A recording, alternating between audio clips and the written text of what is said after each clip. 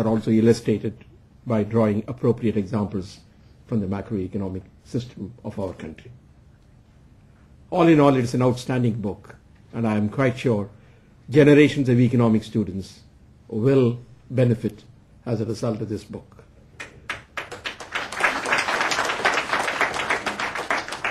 And not only will they understand economics, macroeconomics, but they will also begin to appreciate and like macroeconomics. That is the distinct merit of the textbook that Professor D'Souza has written. There are many ways of writing a textbook on macroeconomics. I myself wrote one some 40 years ago.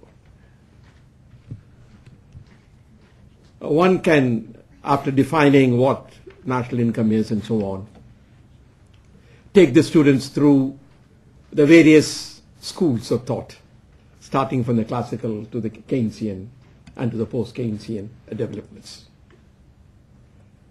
This is the way I did it, and this is the way many, many textbook writers have done. This is not a bad way of doing it, because on the final analysis, when you have gone through the various schools of thought, you know what assumptions were made by each school and what conclusions they drew. And you also get to know the functioning of the various markets. But Professor D'Souza has adopted an alternative route. What he has done is to look at the macro markets, or the markets that constitute the macroeconomic system, and first describe how these various markets function. Broadly, there are three markets that he talks about: the goods market, the financial market, and the labor market. These are the things which dominate the macroeconomic system. Of course, the goods market again gets divided into the consumption, investment, and exports. The financial market can be broken up, but it is a very distinct, separate market. Therefore, Professor D'Souza goes to explain how each one of these markets function, and what is the manner in which decisions get made in each of these markets. Then what he does is integrate all of the functioning of these markets into a broad macroeconomic framework, which may be ISLM framework or some other different framework, but basically an ISLM framework in which how these various markets function. Therefore, you get to know how the economy functions by first looking at the functioning of the different markets and then integrating them through a process to understand how income, employment, business cycles, all this get determined in a macroeconomic system. And I think this is a very interesting way of doing it. And after having done how the macroeconomic system functions, he goes on to the various policy tools and policy instruments such as monetary policy, fiscal policy, and trade policy.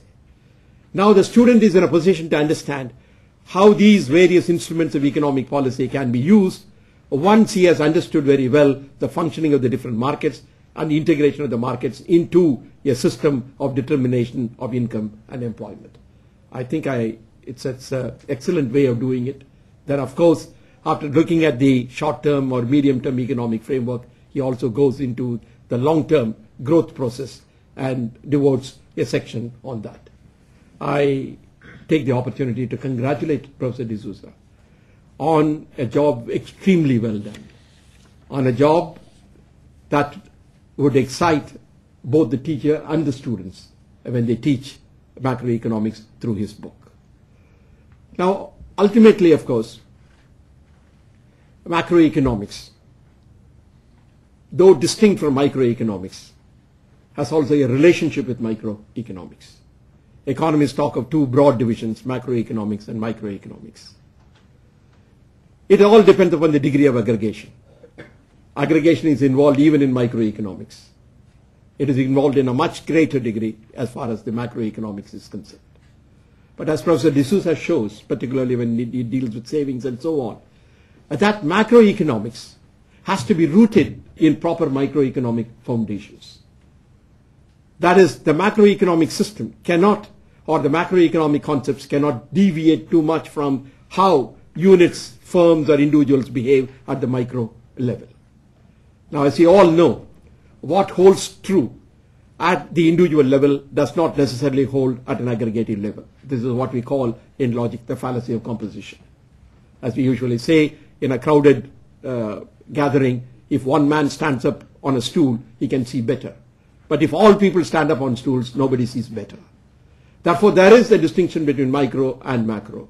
But I think what Professor D'Souza has shown is how some of the macroeconomic concepts are also built up on the basis of microeconomic foundations. And I found that an extremely interesting thing. Because we talk about the consumption function at the aggregate level. The consumption function is an aggregation across people, across commodities. But when you talk about in microeconomics, the demand for a particular product, it is an aggregation across people, but only with respect to a single commodity. But whereas consumption function is an aggregation across commodities, across people, and that aggregation has to be some relationship to the way in which the microeconomic units behave also. I think macroeconomics is an exciting area, and I'm quite sure that the study of macroeconomics will be made even more exciting when you teach macroeconomics through a book like that one produced by Professor D'Souza. Look at our own country. I think the macroeconomic scene has dramatically changed in the last 15 months or 18 months. Towards the end of 2006 or early 2007, the one question that people were asking in India was, is the Indian economy overheating?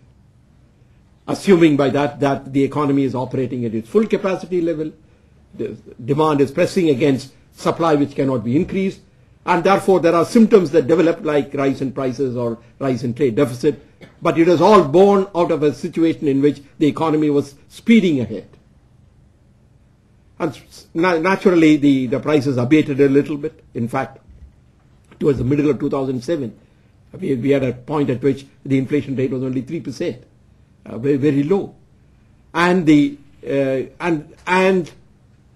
come the end of 2007 and the beginning of 2008, we are asking the question, the rise in prices becoming the major concern, and people are asking the question, when will this inflation abate?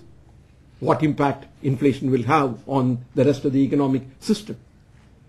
Now, the inflation that we are now seeing today is a result of both domestic and external factors. The external factors such as the increase in the oil prices, food prices, and other commodity prices have impacted the Indian economy. But domestically also there are factors which have contributed to shortages in some areas, and the aggregate demand is also increasing, with money supply growing at more than 20% for a continuous period of 3 years. So there are some encouraging signs in the economic scene. Our procurement of wheat was at the highest level, 22 million tons in the last season. The monsoon is expected to be good. It was playing truant in July and in the middle of July, but it seems to have come back, and therefore, on the whole, we might have a good year. But on the whole, I am only saying how the macroeconomic picture changes suddenly. Now, as things stand, perhaps to get to an inflation rate of even 8 to 9% will be a difficult thing, but probably we will do it by March of 2009. And even as far as the growth is concerned, it will slow down. It will slow down from what we had experienced in the previous 3 years. But nevertheless, I think we could still hope to have a growth rate of the economy between 7.5 and 8%. This is my or our estimate of what the economy would do. I'm only saying that macroeconomics is an exciting area.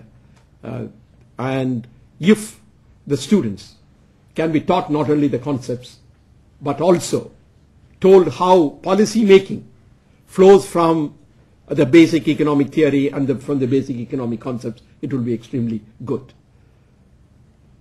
It was Lord Keynes, when he wrote the introduction to the Cambridge Economic series of handbooks, said economics is a method rather than a doctrine, an apparatus of mind, a technique of thinking which enables the possessor to draw correct conclusions.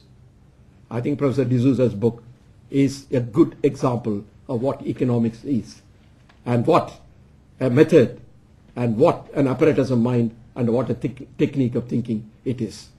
We have in Professor D'Souza's Macroeconomics an outstanding textbook, and I am very happy that the student community here and elsewhere will benefit from his book.